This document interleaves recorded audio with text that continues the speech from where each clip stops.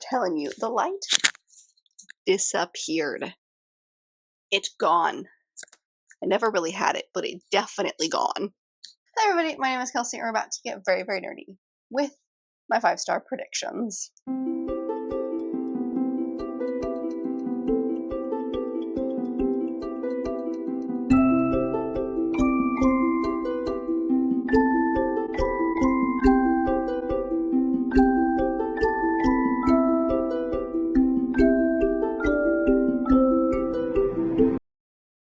So if you are new here and you just saw me roll my eyes, you probably would be wondering why I did that. I recently did a vlog where I finished reading, I think it was 2 in that video, the final 2 books on my most recent 5-star predictions list. I think I made it like 2 years ago. Maybe it was less than that, but it feels like I had this specific list forever. And I was like, I'm going to finish it. And I did read those books. And I have come to the realization, not necessarily recently, I just know that I am really bad at predicting 5 stars for myself. Because all of the thought that goes into them, like it makes sense why these books would be 5 stars, and they very rarely are. So I was like, I don't know if I'm going to do another one. And here we are. So I don't listen to my own words, but I feel actually good about this list, which I'm sure I've said in the last however many videos I've done that are 5-star predictions, because this list is author-based, I think, more than the previous ones were. So I feel pretty good about this list, but either way, there's 5 books on my new list, there's 5 books on my old list. Let's take a look and kind of recap a little bit how, or at least what was on my last 5-star predictions list. The first one I actually do not own, which is A Lady for a Duke by Alexis Hall. I gave this book 4 stars, and this one was an author, let's say, but okay, let me back up. This author, I'd read multiple things by. Actually, I think I've read 3 books, 4 if you count this one, by this author. And a lot of the stuff this author writes sounds really interesting. And so I had loved the previous 3 books. And this one was a Regency romance where the main character was trans. And I had never seen that before. And it was like a second chance romance almost, because it was our main lead who reconnected with a childhood friend after she had been away for a long time and kind of discovered who she was. And so it had a lot of elements that I thought were really good. But it's the first historical book that I've read by this author. And I'm wondering if this author is better, like their contemporaries are better for me than their historicals. And I don't know if there's a correlation or if this book just didn't work as well as the others. It's still got 4 stars. So I still really enjoyed it. But I also remember when I was reading it, and I was really excited when I picked it up. I think I put too much hype on the book, because by the time I was in the middle of it, I had lost interest. And so I was kind of forcing myself to finish the book. So this one may have suffered from wrong place, wrong time. It may have suffered from it being too hyped in my head. I don't know. I have a bunch of books by this author on my TBR. So I'd like to read one of the other historical romances, or just historical books. I think they're all romances, but other historical books, to see if my hunch is correct. Because like I said, through the 3 contemporary romances I've read, big fan, love those. So this was the first one on that list, and while I enjoyed it, I decided to unhaul it because I knew I was never going to reread it, and someone else could enjoy it more than I could, and I was just holding on to it because it was a pretty book, to be honest. The next one was one of the books that was in that vlog that I just mentioned at the beginning of the video, which was The Shadow Cabinet by Juno Dawson, which was the sequel to Her Majesty's Royal Coven, and I am really glad that I read this. I gave it 4.5. I gave it 4 stars. I gave it 4 stars because there was some disconnect at the beginning for me between how much I loved the first book and this book, but I'm going to call this the biggest win for this video, or at least for my previous list, because it got me to finish the series. I had read the first one when the year it came out. I got this one the next year and then held on to it for at least 2 years. And then the third one had come out, I think maybe earlier this year or late last year. But the trilogy had been out for a hot second. And there was a novella that was maybe a prequel novella. It talks about the beginnings of the coven. So but I read that one and it was fine. So I'm glad, like, this one's a win because it got me to finish the series, even if I didn't love it as much as the first one.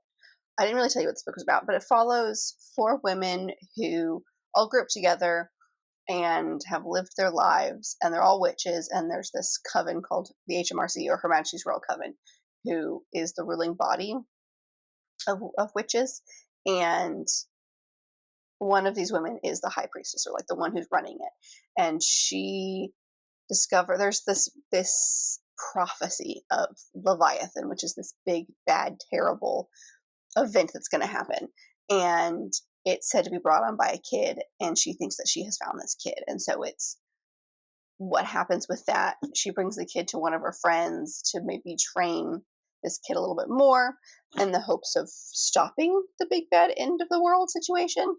And so the first one ends very aggressively. Like, there is a huge, huge plot twist at the end of the first one. There is at this one too, but like, I would say the first one's the bigger of the two, and I was afraid that this one wasn't going to live up.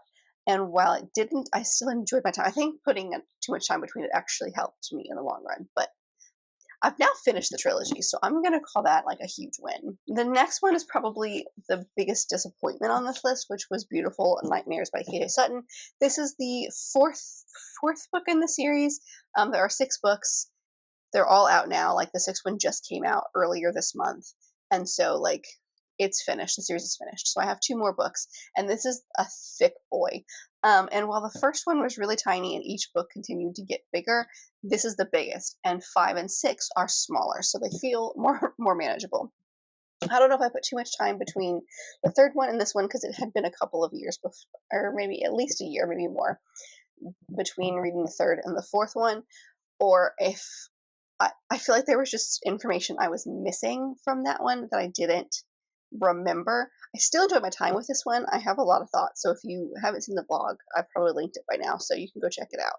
But like, there are a lot of things in this book, and it also felt like a filler book. Like, for such a thick book that gave you a lot of information, it still felt like a filler, and that's where I think it suffered for me. So it got 3.5 because I still enjoyed parts of it, and I like how it ended, and it got me re-interested in the series again. So like, I'm excited to finish the series. It's thick, and it was a bit of a slog to get through. Like, it took a lot of brain power. The next one is Icebreaker by Hannah. Oh, I forgot her name, but Hannah Grace. It's on the screen. I gave it 4 stars. I'm wondering if, in hindsight, I might bump that down to a 3. It was fine. It was my first hockey romance. It was supposed to be super, super smutty, and I read it at a time where I was not really interested in reading as much smut as I used to. Like, I go through phases. Sometimes I'm like, yes, give me all the smut, and sometimes I'm like, no, I can have a little bit less. And so I was in one of those phases where, like, I wasn't as interested in all the smut. But I don't think that was the problem with this book. I think this book, like, the plot is what interested me. There's a lot with this plot. It's a girl who's ice skate, who's like a figure skater, and a guy who's the captain of the hockey team, and something happens to one of the rinks, and so they end up having to share a rink, and then the two of them being the, like, him being the captain and her kind of being I don't know if she's a senior, but she's like higher up in the team, let's say. The two of them being kind of in charge, they have to work together to keep morale up, that kind of thing. And then they fall for each other. And there's a lot in here with, like, I think he has, if I remember correctly, he's got a lot of family issues. She has a lot of issues that she learns throughout the book that comes along with food as well. And so it's the two of them figuring out their own stuff together.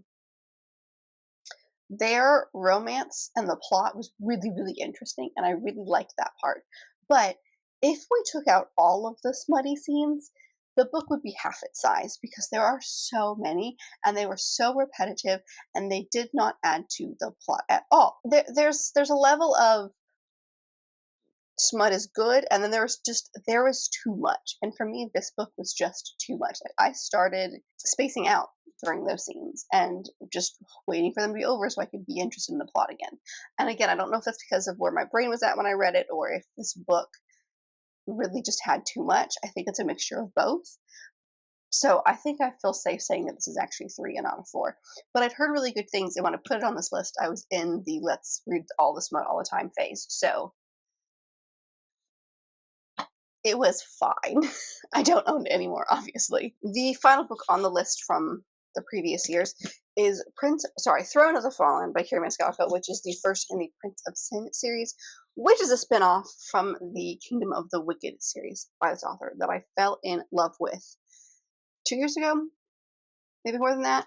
I read the first one just super randomly, and then it like took over my brain for a while, and then I fell in love with the entire series. And so this is a spin-off after that series that follows the individual Princes of Sin, because so like in this world you have the 7 deadly sins, and each of them is manifested by a person, and then there's this like other worlds where they all live. And so the first book mainly focuses, I think all of them are introduced, or almost all of them are introduced, but it focuses on the Prince of Wrath in that one.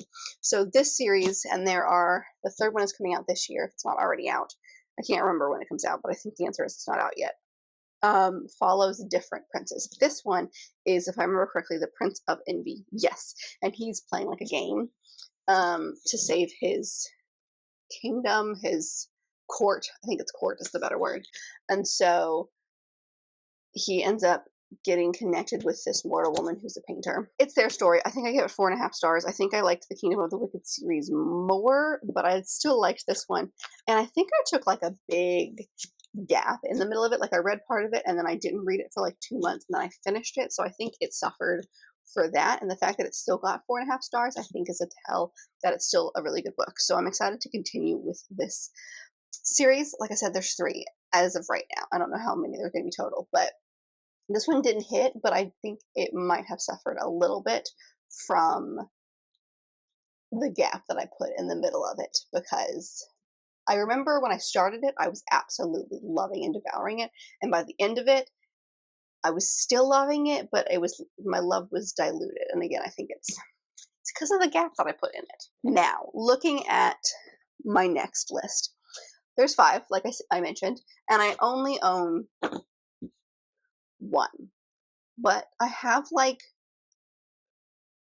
I feel very good about my reasons behind these. The first one is Once a Villain by Vanessa Lynn. I don't have my copy of this. I think I've ordered it. Yes, I know I've ordered it. I got the first 2. This is the third in a trilogy. I got the first 2 in Special Fairy Loot Edition, so I'm waiting for this to come at some point.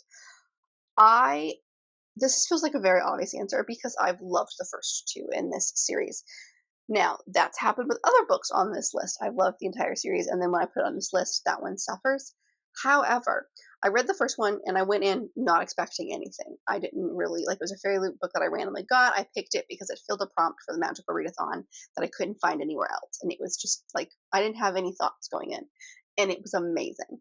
And then I waited 2 years. I waited a year for the book to come out, and then I waited another year because I'm me.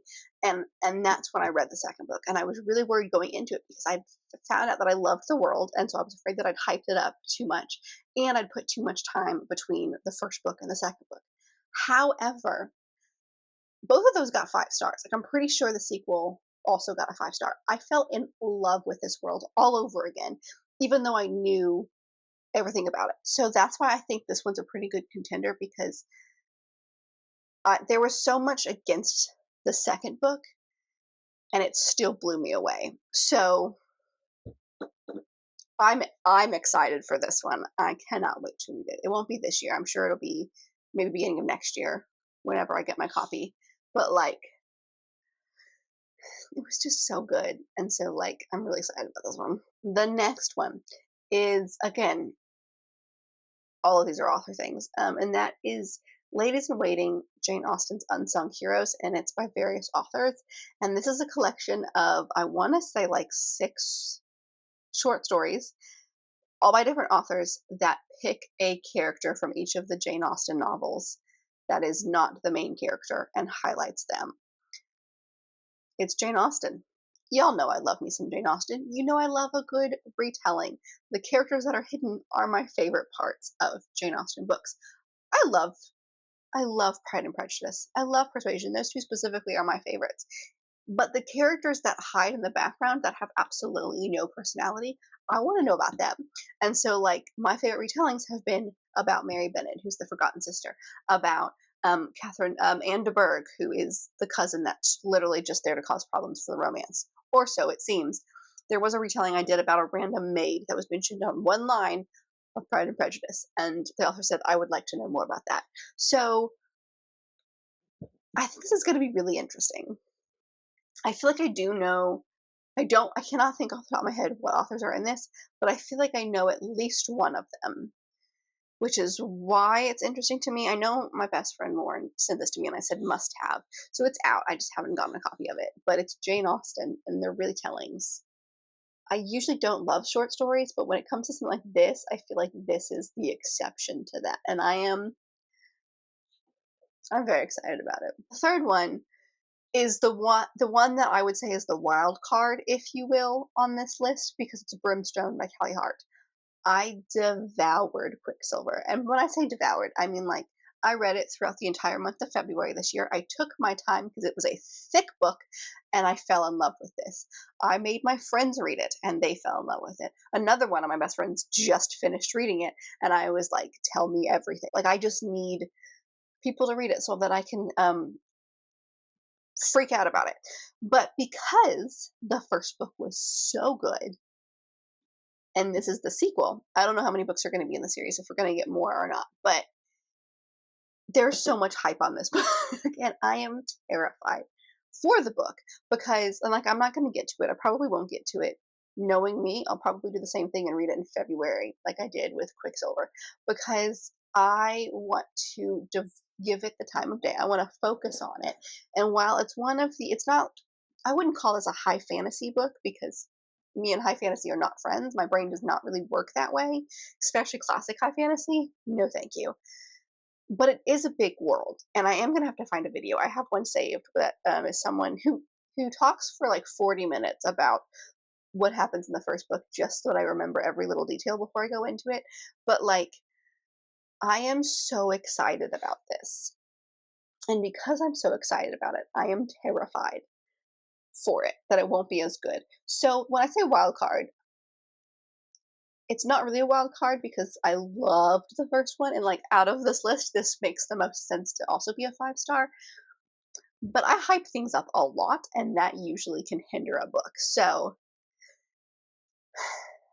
I'm very scared. But you know, here it is. All right, the one book that I do own is Problematic Summer Romance by Ali Hazelwood. Now, I just said I'm going to put Ali Hazelwood on this book, on this list, because almost all of Ali Hazelwood's books are either a 4.5 or a 5-star for me. I absolutely love her writing.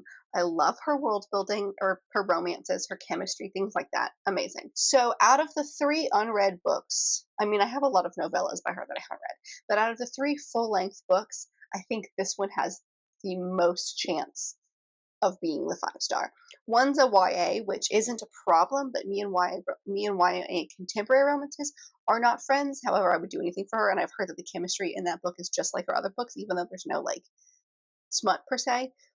So I'm still excited about that one. And then Deep End, I haven't read, but that's a sports book, and I've also heard like mixed things about that. So I think this one has the biggest chance of being a 5-star. It's technically a sequel. It follows Not in Love, which the main male lead, it follows his best friend and his younger sister, and this is an age gap. There is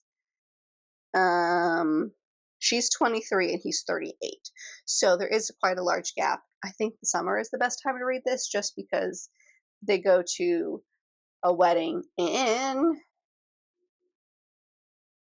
I know it's on the back here somewhere, Sicily, and they're at a villa. So everything about this sounds great. So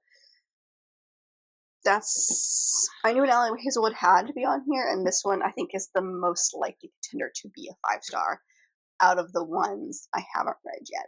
And the final book, again, is another author, and the reason is another author, and that is Here We Go Again by Alison Cochrane. This is the 3rd book by this author. It either came out last year or the year before. I cannot remember. So there might be a new book by this author by this point. But at the time, it was the only book. She's written 2 other books, and I read both of them and gave them glowing 5 stars. One of them was a Christmas book that I got from Book of the Month and didn't think anything of, and sat down and read it the entire Christmas Eve day, because everyone was doing things and no one needed anything from me. And I was lovely. It was in front of the Christmas tree. There was a fire in the fireplace. I think I had music going in my ear. Like, it was amazing. That's not the point of this video, but like the aesthetics were aestheticing. And then I read a second one, which followed a male-male romance in a bachelor type scenario. And I've read quite a few books that have that bachelor style, and none of them match the amazingness and how much I was obsessed with this story. So this one, I don't remember a ton about it, but I do feel like it's two friends. It's going to be a female-female relationship, and they go on a road trip in the middle of the summer for a professor they both had that had passed away. I cannot remember what the point of it is, but it's the two of them on a road trip and feelings. I don't know if they dated before or they were just friends and they never experienced or went into that direction. I cannot remember all the details, but I'm telling you, I've read two things by this author. I've put many years between them. They are vastly different stories, and this one is also a vastly different plot. And there's something about the writing that just sucks me in. So this feels like a safe contender as well to be a 5-star prediction. So that is my new list. Those are my new 5-star predictions. A look at my previous 5-star predictions. I'm not going to touch these until next year. Because I know me and I know what reading plans I have for the rest of the year. So I hope that I can make a dent in these next year. I'd love to do like maybe a vlog series where I like read these books and find out if I was correct, because I feel like the vlog helped me at least finish out the previous list. So here we are. Here are my thoughts. I hope you enjoyed this video. Let me know, as always, if you've read any of the books that I mentioned, but also tell me what are some of your 5-star predictions.